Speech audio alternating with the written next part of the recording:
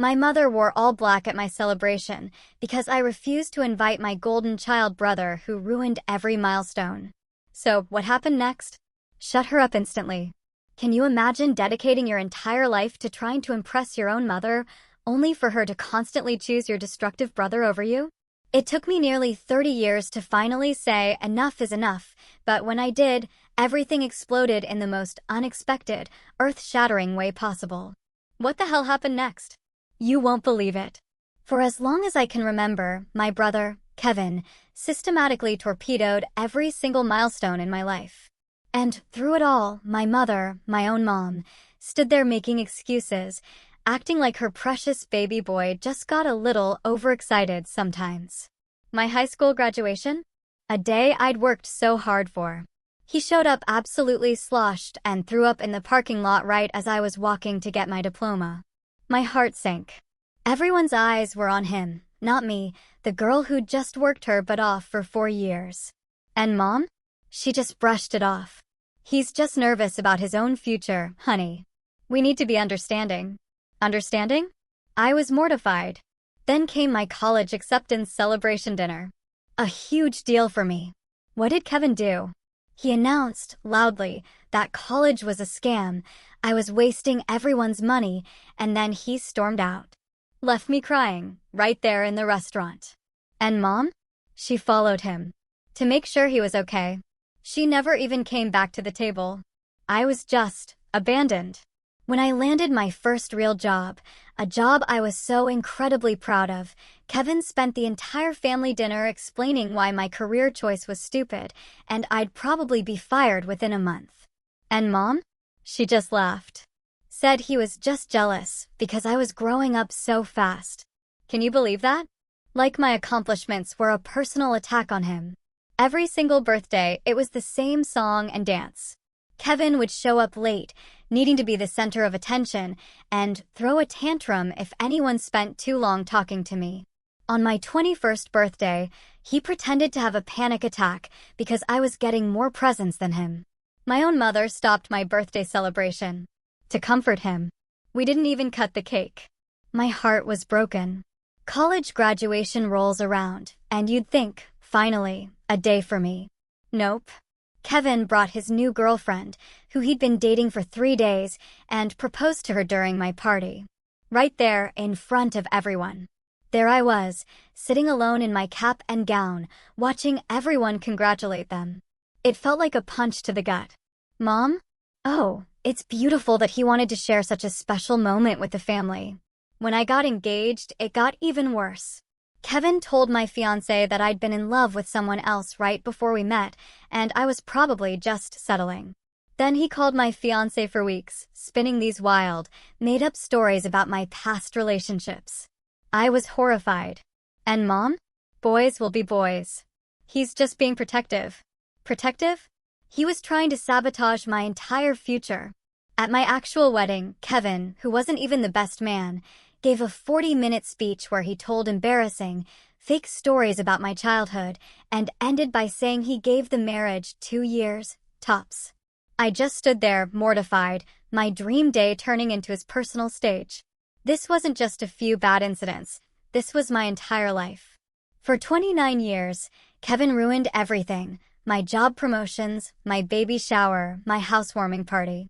He'd either cause a scene, fake an emergency, or find some way to make himself the victim so everyone would focus on him. And Mom? She enabled every single incident with excuses. He was struggling. He was stressed. He was just expressing himself differently. She'd tell me I was the strong one, the one who didn't need as much attention, and I should be proud to support my brother through his difficulties. It was always about Kevin. My feelings, my achievements, my pain, they just didn't matter. But something shifted. My husband and I had saved for 3 years to throw a really nice 10-year anniversary party. A beautiful venue, all our friends and family. We sent invitations to everyone, except Kevin. We just couldn't risk it. When Mom got hers, she immediately called, voice dripping with accusation, demanding to know where Kevin's invitation was. I finally drew a line in the sand. I told her he wasn't invited because he'd ruined every important event in my life, and I wanted one special day without his drama. She absolutely lost it on me. Called me cruel, vindictive. Said family supports family no matter what. She even threatened not to come if Kevin wasn't there. I held firm. That's your choice, Mom, but Kevin isn't welcome. She cried about how this would destroy Kevin. She raged about how selfish I was. She tried guilt-tripping me, saying Dad would be disappointed if you were still alive. But this time, I didn't back down. The party was last Saturday. I was actually nervous Mom would bring Kevin anyway, but she showed up alone. Draped in drama, she wore all black, looking like she was attending a funeral, not a celebration of my marriage. She spent the cocktail hour telling anyone who would listen how Kevin was excluded from his own sister's celebration and how it was breaking her heart. Then, during dinner, she stood up during the toast time. She wasn't scheduled to speak, but she clinked her glass, the sound echoing through the room. I want to say something important, she announced. She started talking about family and forgiveness and how some people hold grudges over silly misunderstandings. You could just feel what was coming. She was building up to some grand speech, defending Kevin, making me the villain when... "Excuse me," my husband's cousin Beth interrupted, her voice surprisingly steady. "Are you talking about Kevin who got arrested at Thanksgiving for attacking his stepfather? Because that wasn't a misunderstanding. That was assault." The room went silent. Mom tried to deflect, stammering, but then my friend Amber spoke up. "Wait. Is this the same Kevin who stole money from the memorial fund when your dad died? I remember you crying about that for weeks." And that was it. The floodgates opened. My coworker mentioned how Kevin had shown up drunk to my work and got me written up. My husband's brother talked about Kevin calling him before our wedding, trying to convince him I was cheating. My aunt, my own aunt, brought up how Kevin had faked cancer to get attention during my pregnancy. Every single person had a Kevin story. My mom just stood there, frozen, her face going paler and paler as 20 years of her enabling got exposed in front of everyone. But then, the real shocker. My cousin Lisa stood up. The entire room went dead silent. You could have heard a pin drop. Everyone could tell she was about to say something huge. Lisa looked straight at Mom, her voice firm. "Mom, you need to tell everyone what really happened at Kevin's last intervention 3 years ago. The one the family tried to keep quiet." Mom's face went completely white. She opened her mouth, but Lisa kept talking. She said Kevin didn't just show up drunk. He actually attacked our uncle when confronted about stealing money from multiple family members. And Mom? Mom paid for the uncle's medical bills and made everyone promise never to speak about it, all to protect Kevin's reputation. My stomach dropped hard. I had no idea. None of this. Lisa's voice got louder. "I only stayed quiet before because you begged me to, Mom. You said to think of Kevin's future. But watching you wear black to my name's celebration tonight, watching you try to guilt everyone, that changed my mind about protecting family secrets." Another cousin I barely knew stood up from the back. Kevin had borrowed $5,000 from him 2 years ago, claiming it was for rehab. But he saw Kevin at a casino the very next week. Mom knew. She told the cousin to be patient. My aunt pushed her chair back, shaking her head. Kevin showed up at her house last Christmas, demanding money. When she refused, he took jewelry from her bedroom. Mom quietly returned the jewelry and asked my aunt not to press charges. It would destroy Kevin, she'd said. The stories kept coming, one after another, all painting the same devastating picture. Kevin does something terrible. Mother covers it up, makes excuses. Everyone else is expected to stay quiet to protect him. My husband squeezed my hand under the table, his touch a grounding force. It hit me like a ton of bricks. This wasn't just struggling Kevin. This was criminal Kevin, and my mom had been covering it all up. The enabling went so much deeper than I ever knew. There were crimes, thefts, violence, all hidden by my own mother for years. Mom tried to speak, but her voice came out as a weird croak. Nothing else followed. She looked around the room at all these people, telling the truth about Kevin. She couldn't spin it, couldn't make excuses, because there were too many witnesses, all saying the same things. Beth stood up again. And I need to add something else important. Kevin's arrest at Thanksgiving? That wasn't his first. It was his third arrest in 2 years. Mother has been bailing him out and hiding it from the whole family. My husband's best friend cleared his throat. Kevin had called him 6 months ago, trying to borrow money using my name, claiming I was in financial trouble and too proud to ask. When he called me to check, he realized Kevin was running some kind of scam using my reputation. I finally found my voice. I looked at my mother directly. Mom, how much money have you given Kevin over the years? She wouldn't answer, just stared at her plate. But my aunt, bless her, spoke up. She took out a second mortgage on the house to pay Kevin's debts. The number has to be in the hundreds of thousands of dollars at this point. Mom finally stood up, her voice shaking. I did what any mother would do to protect her child. But Lisa cut her off before she could finish. No, Mom. A real mother would have let Kevin face consequences instead of enabling him to hurt more people. The room erupted. People agreeing, sharing even more stories I'd never heard. My coworker stood up and talked about the time Kevin showed up at my workplace so drunk that I got written up for the disruption. And Mom, she said, looking straight at my mother, you actually called my boss afterward to make excuses for Kevin instead of apologizing to me for what happened. Another person mentioned Kevin stealing from their car. Someone else brought up Kevin spreading lies about them to their employer. Every single person had been hurt by Kevin in some way, and Mom had either covered it up, minimized it, or made them feel bad for being upset about it. Mom stood up fast. I'm leaving, she announced, her voice tight with anger. I won't stay somewhere where my son is attacked by people who don't understand his struggles. She grabbed her purse and headed for the door with quick, angry steps. I stood up too. My legs felt shaky, but I managed to say, if you leave now, Mom, you're choosing Kevin over me one final time. And I'll know exactly where I stand. She froze at the door, her hand on the handle.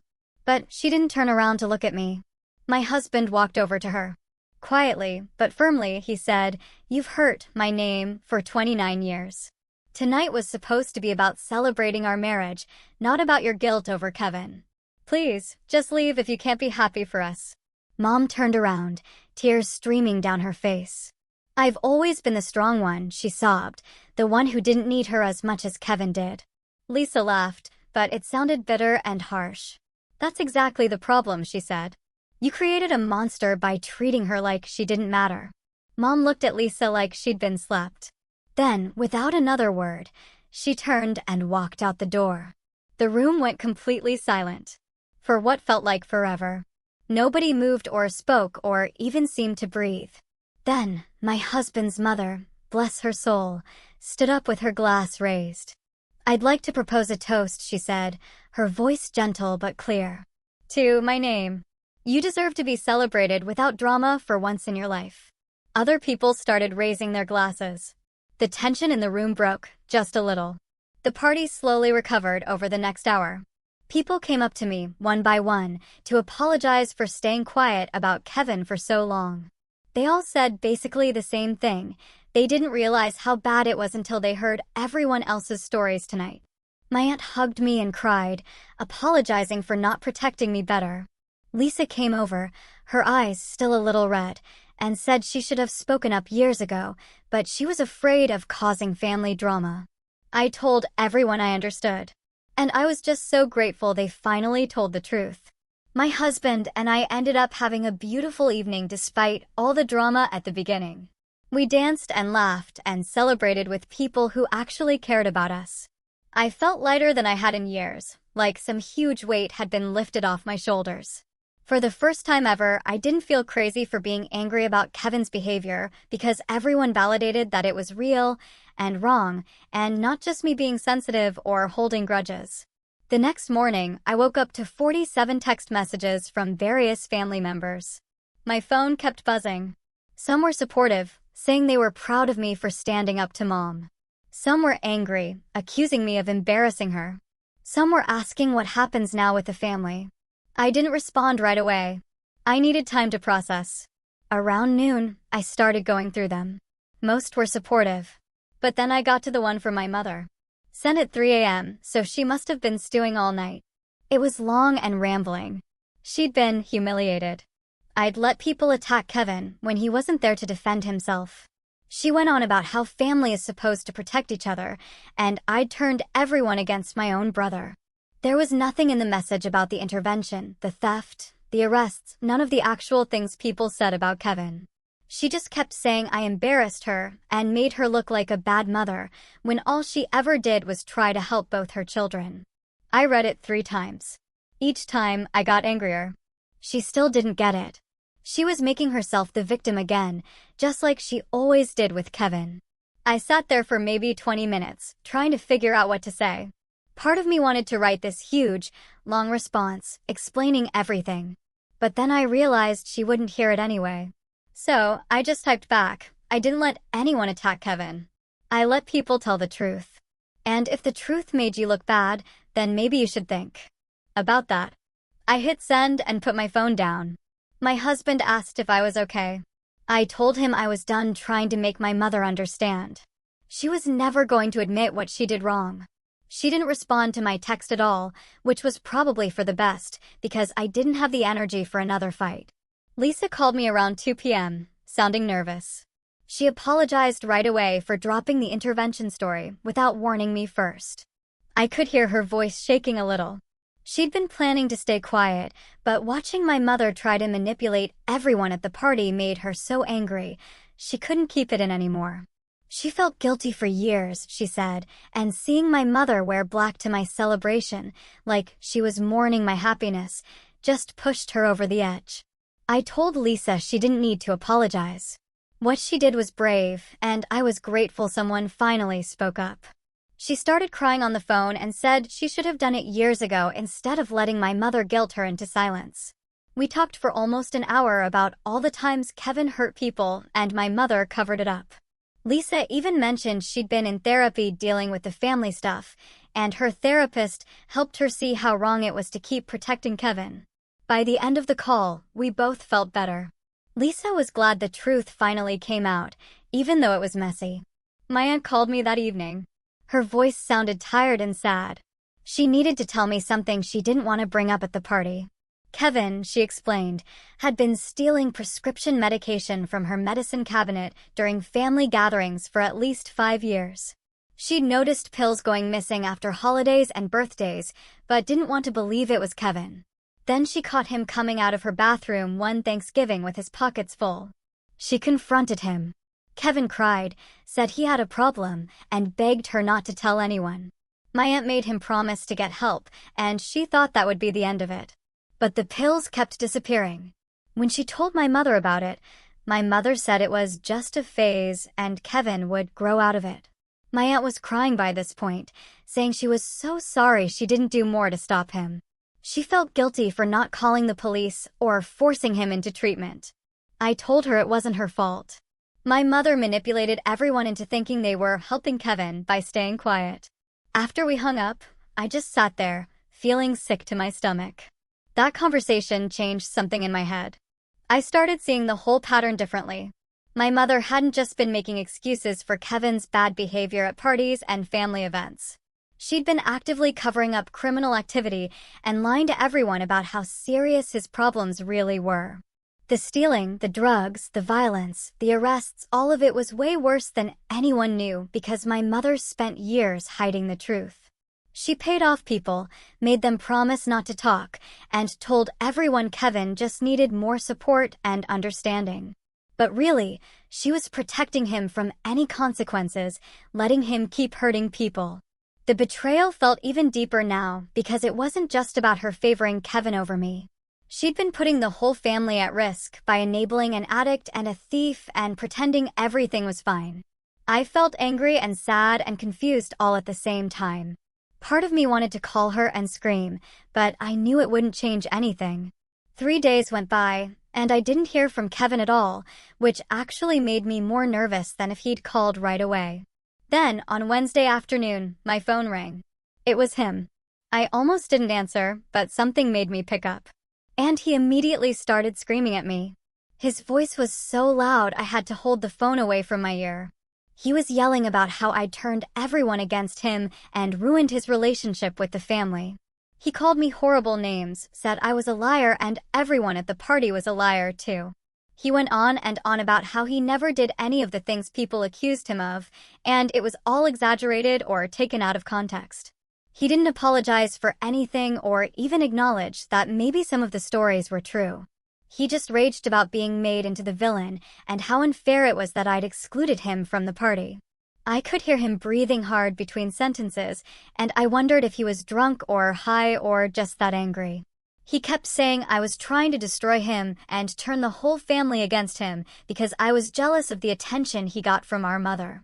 I let Kevin yell for about 5 minutes without saying anything. I wanted to hear what he would say when I wasn't fighting back. He ran out of steam eventually, and there was this pause where he was just breathing into the phone. Then I spoke really calmly. "Kevin," I said, "you ruined your own relationships by being a selfish, destructive person for 3 decades. And I'm done protecting you from the consequences of your own choices. I don't care if you're mad at me for telling the truth." My voice didn't shake at all, even though my hands were shaking while I held the phone. I told him that every single story people shared at the party was true, and he knew it. Then I said I hoped he would get help, but I wasn't going to be part of his life anymore, either way. He started yelling again, but I just hung up on him mid-sentence. My husband was sitting next to me on the couch, and he grabbed my hand and squeezed it. I felt weirdly calm after the call ended, like I'd finally said everything I needed to say to Kevin. About an hour later, my phone started buzzing with text messages from Kevin. The first one said he was going to come to my house and make me apologize to our mother for what I did. The second one said, I better watch my back because he knew where I lived. The messages kept coming, and they got more and more threatening with each one. He said he was going to show up at my work and tell everyone what a terrible person I was. He was going to make sure I regretted excluding him from the party. My husband looked at the messages over my shoulder, and his face got really serious. He told me to stop reading them, and he took my phone and started taking screenshots of every single message Kevin sent. There were maybe 15 texts total, and some of them were scary enough that my husband said we needed to file a police report right away. I didn't want to at first because I thought it would just make things worse, but my husband said Kevin was making direct threats, and we needed to protect ourselves. We drove to the police station that evening and talked to an officer. My husband showed him the screenshots of Kevin's texts and explained that Kevin had called earlier making threats, too. The officer took us seriously right away, which surprised me because I thought they might say it was just a family argument. He had us fill out a report and asked questions about Kevin's history and whether he'd ever been violent before. I mentioned the Thanksgiving arrest that Beth talked about at the party, and the officer looked it up in the system. His face changed when he saw Kevin's record. He said Kevin had 3 arrests in the past 2 years for assault and theft.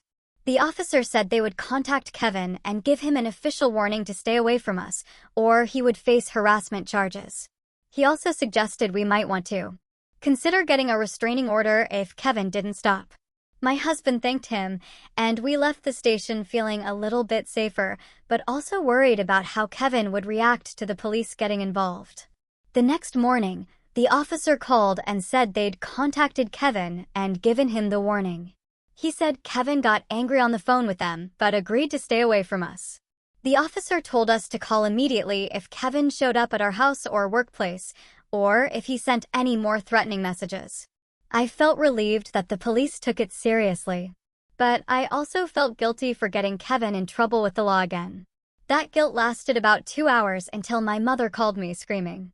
She was so loud and angry, I could barely understand what she was saying at first. Then I realized she was yelling at me for getting the police involved with Kevin. She said I was trying to destroy him and get him thrown in jail.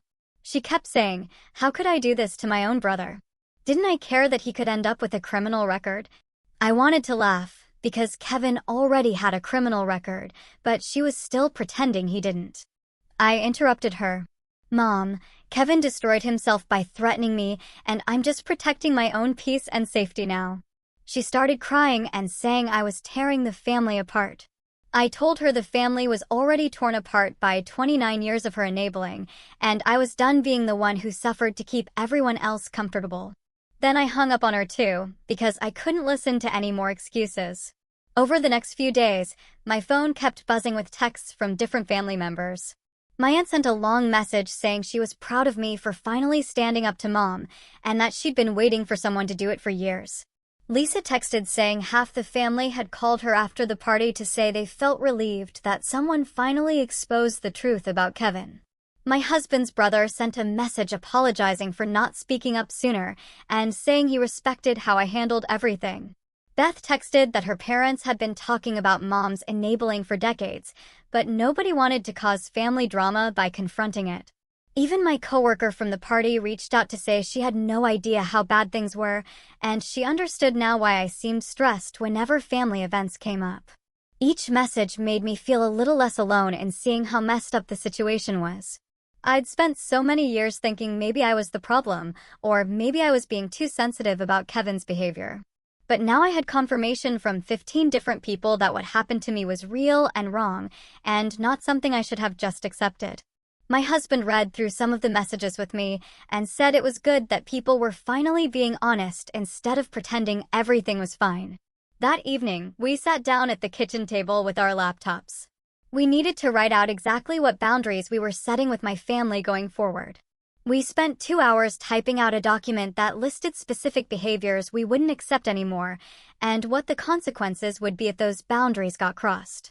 We wrote that Kevin was not welcome at our home or any events we hosted, and that anyone who tried to bring him would be asked to leave. We wrote that we wouldn't attend any family gathering where Kevin was present, and we wouldn't discuss him or make excuses for why we were avoiding him. We wrote that Mom needed to stop trying to guilt us about Kevin or defend his actions, and that if she continued, we would limit contact with her too. We wrote that we expected basic respect for our choices, and that family members who couldn't provide that would not be part of our lives. My husband suggested we add a part about not accepting last-minute guilt trips or manipulation tactics, and I agreed that was important.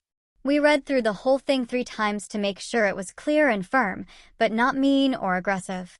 Then we sent it as an email to both my mother and Kevin with the subject line, "Family Boundaries Going Forward."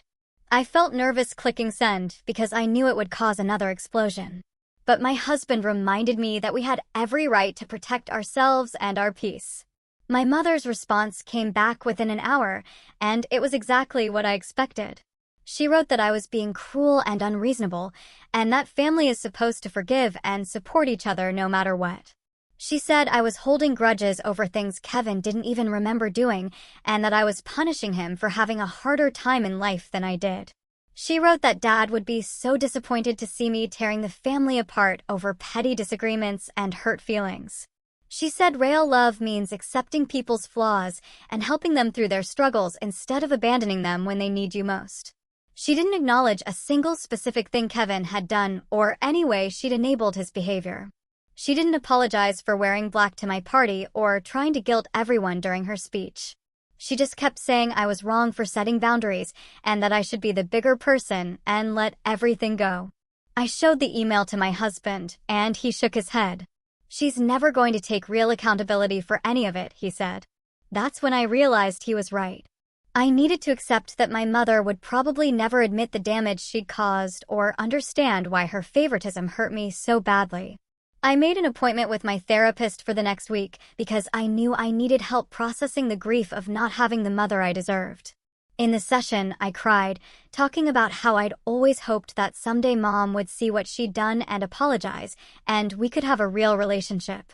My therapist helped me understand that I was mourning the loss of a fantasy relationship that never actually existed, and that accepting reality was painful but necessary for moving forward.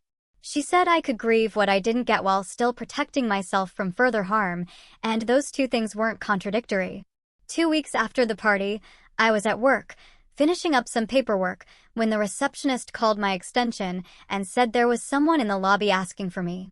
I walked out to the waiting area and froze when I saw Kevin standing there, looking angry and agitated. He immediately started yelling about how I'd ruined his life and turned everyone against him, and I needed to fix it right now. I backed up and told him he needed to leave immediately because he wasn't supposed to contact me. He took a step toward me and said he wasn't leaving until I called Mom and apologized for everything.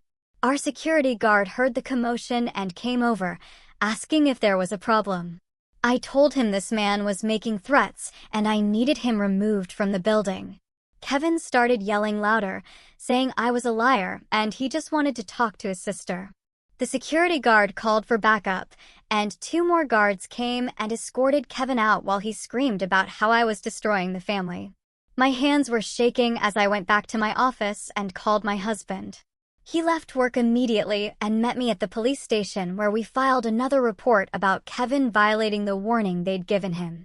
The officer who took the report said this was enough for a restraining order and helped us fill out the paperwork right there. He said the judge would review it within 48 hours and Kevin would be served with the order as soon as it was approved. I felt safer knowing there would be legal consequences if Kevin came near me again.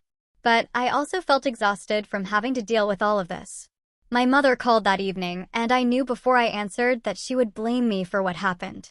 She was crying and yelling at the same time, saying I was tearing the family apart and destroying Kevin's life over nothing. I interrupted her.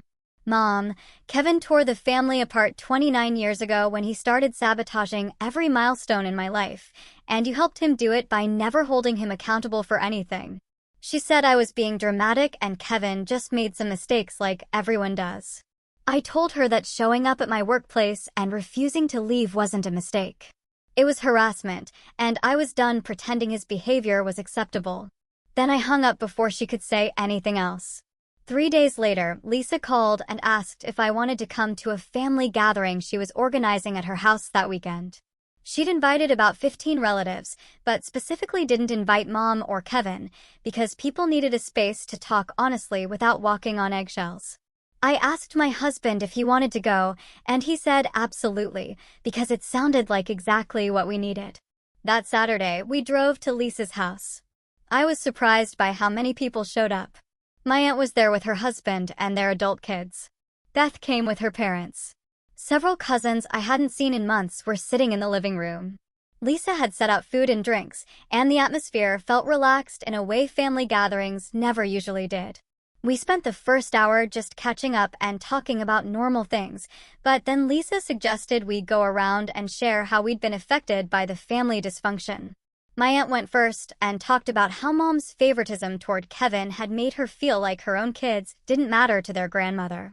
Beth's mom shared that she'd been in therapy for 5 years, working through the trauma of watching her sister enable Kevin's increasingly dangerous behavior. One of my cousins admitted he'd stopped coming to family events 3 years ago because Kevin had stolen money from him, and Mom defended Kevin, saying he was just going through a hard time. Another cousin said she'd been seeing a therapist, too, and realized that the family dynamic was emotionally abusive and she didn't have to accept it anymore.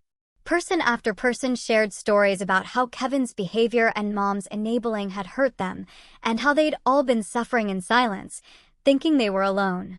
I started crying, hearing how many people had the same experience as I did, and how we'd all been isolated from each other by the unspoken rule that we couldn't talk about Kevin's problems. My husband held my hand and said this was what healthy family looked like, people being honest and supporting each other instead of protecting one person at everyone else's expense. My aunt suggested we create a group chat without Mom and Kevin so we could stay connected and be honest about our experiences. Everyone agreed immediately, and within minutes we had a chat going with 15 people in it. The energy in the room felt lighter after that, like we'd all been carrying the same heavy secret and finally put it down together. 3 weeks after the party, I was checking my email before bed when I saw a message from my mother with the subject line, "I've been thinking." My heart jumped a little bit because I thought maybe she was finally ready to acknowledge what she'd done and take real accountability. I opened the email and started reading with hope that maybe this would be the turning point where we could start to repair our relationship. The email started with her saying she'd been doing a lot of thinking about everything that happened at the party. She wrote that she understood I was upset, but she wanted me to know she'd always done her best as a mother, and she couldn't control Kevin's choices or problems. She said raising 2 kids was hard, and she'd tried to be fair to both of us, even though Kevin needed more help and attention because he struggled more than I did. She wrote that she forgave me for embarrassing her in front of the whole family, and she hoped we could move past this difficult time. She ended by saying, "Family is forever, and she loved me no matter what." I read it 3 times, hoping I'd missed something, but it was exactly what I expected. More excuses about Kevin needing help. More justifications about doing her best. No real acknowledgement of how her favoritism hurt me for 3 decades. No apology for enabling Kevin's terrible behavior or covering up his crimes.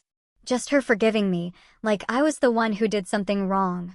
I closed the laptop and sat there feeling stupid for hoping she'd changed. My husband came into the bedroom and asked if I was okay because I looked upset. I showed him the email, and he read it quietly. Then he asked what I wanted to do about it. I spent the next hour writing a response and deleting it and writing again. Finally, I sent an email back telling her I didn't need her forgiveness because I hadn't done anything wrong. I wrote that excluding Kevin from my party was a healthy boundary after 29 years of him ruining my special moments. I told her that until she could genuinely acknowledge the harm she caused by enabling Kevin and treating me like my feelings didn't matter, I needed space from her. I said I loved her, but I couldn't have a relationship with someone who refused to take any responsibility for the pain they caused.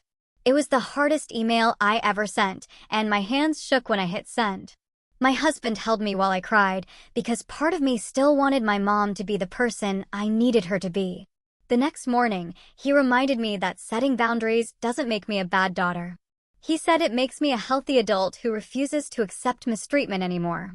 He told me he was proud of me for finally standing up for myself, even though it was scary and painful.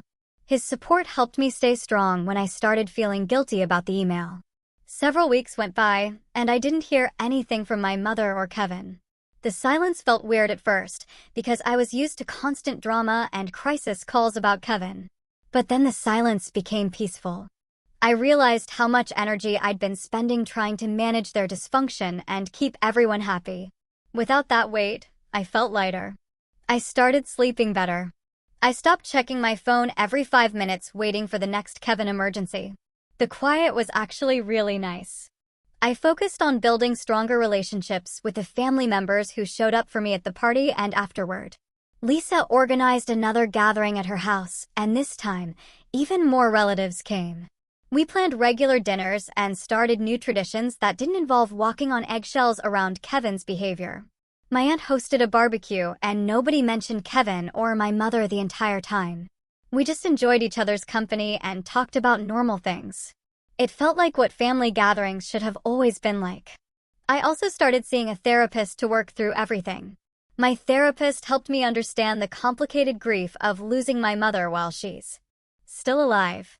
She explained that I was mourning the relationship I wanted and deserved, not the relationship I actually had.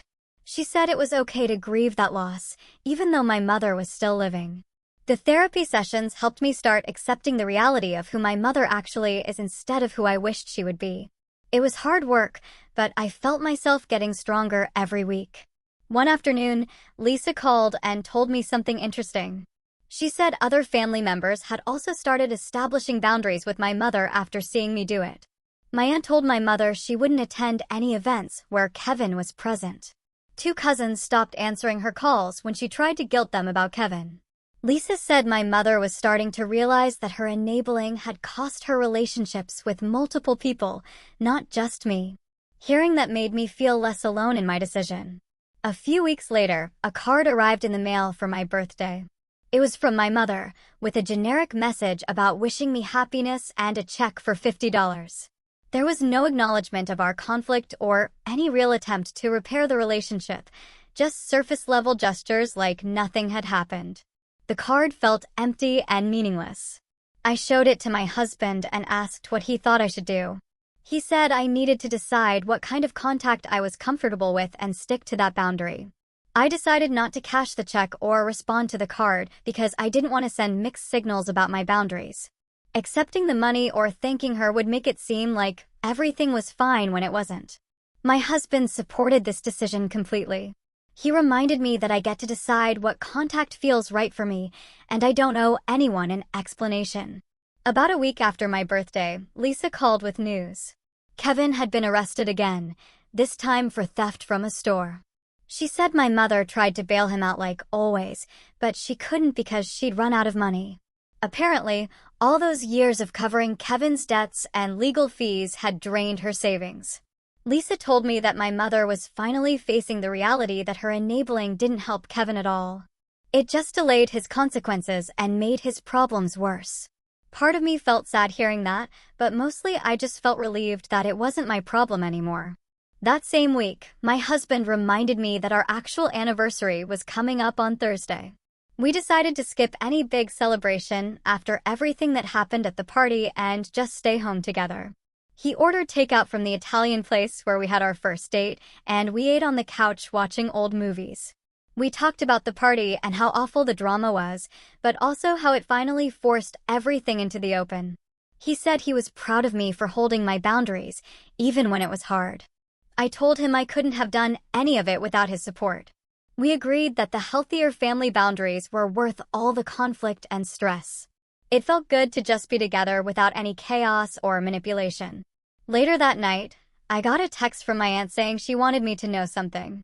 She wrote that watching me exclude Kevin and stand up to my mother gave her the courage to address her own toxic family situation with her sister. She said she'd been making excuses for her sister's behavior for years, just like my mother did with Kevin. Seeing me finally say enough was enough inspired her to set her own boundaries. She thanked me for showing her that it was possible to love family members while still protecting yourself from their harm.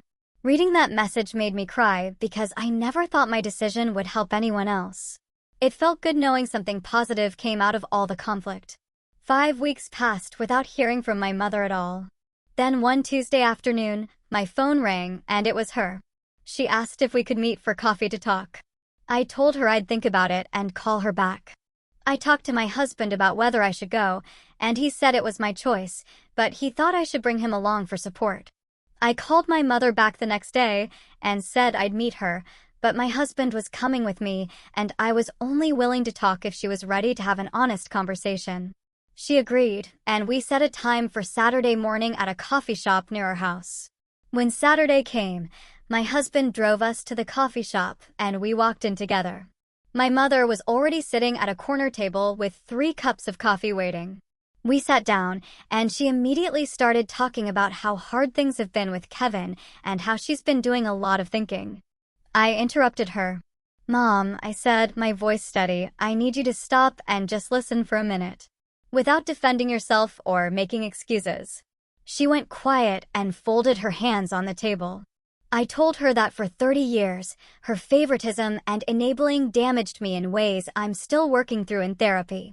I explained how every time Kevin ruined something important and she made excuses for him, she taught me that my feelings didn't matter and my accomplishments weren't worth protecting.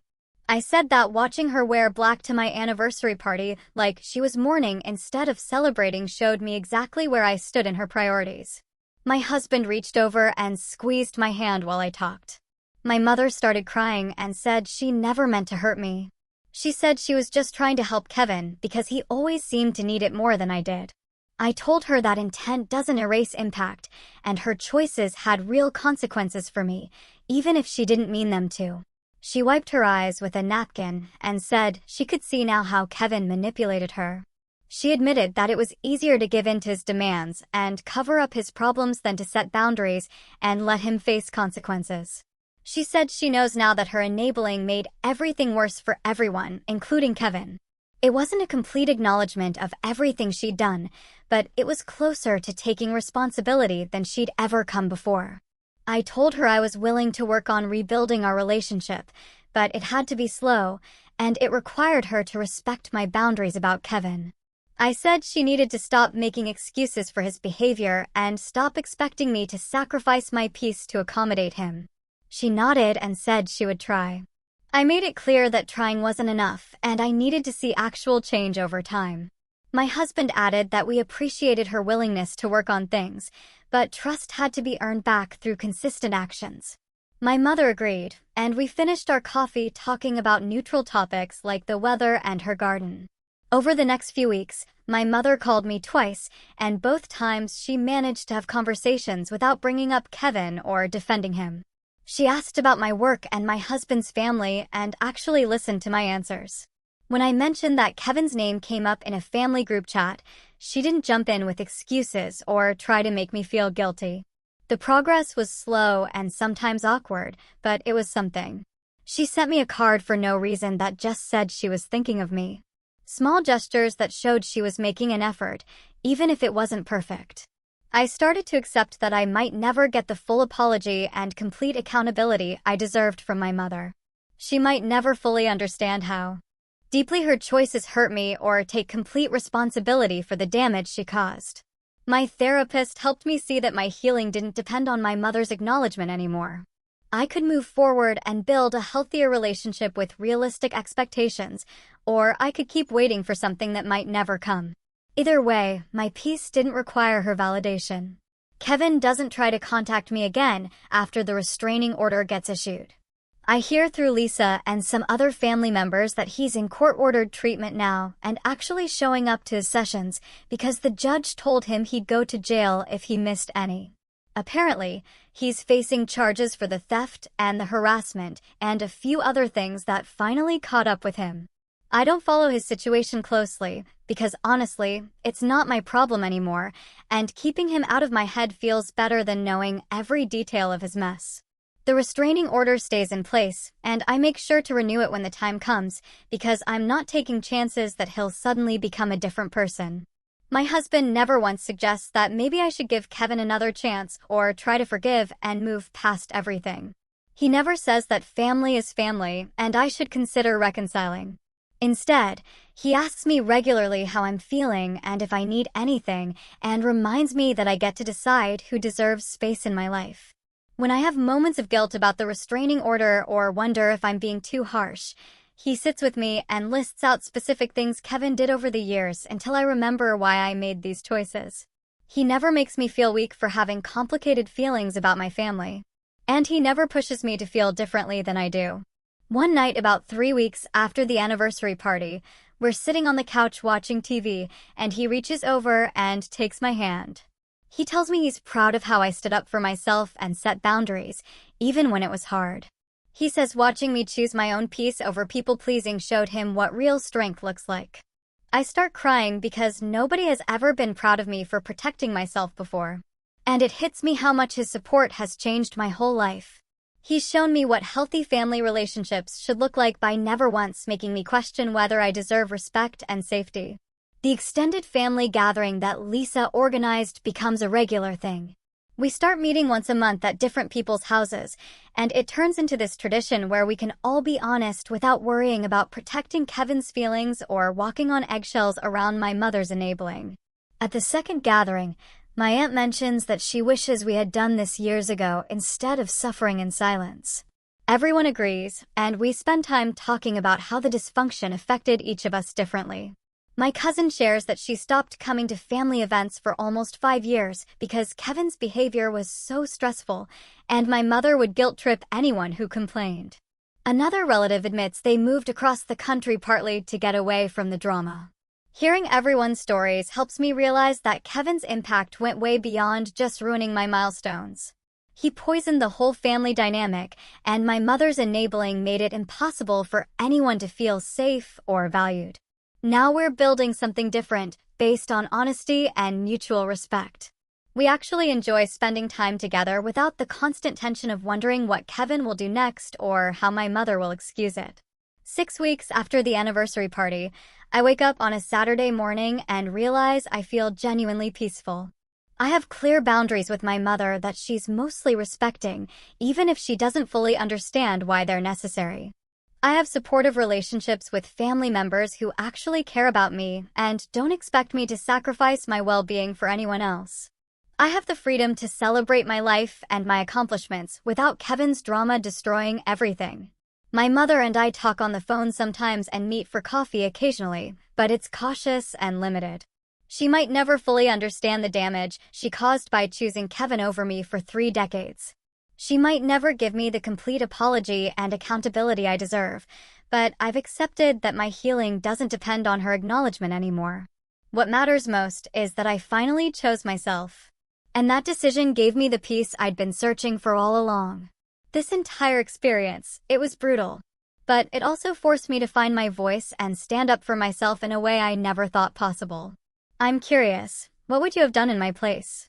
Have you ever had to draw such a hard line with family to protect your own peace? Let me know your thoughts in the comments below. I'd really love to hear them.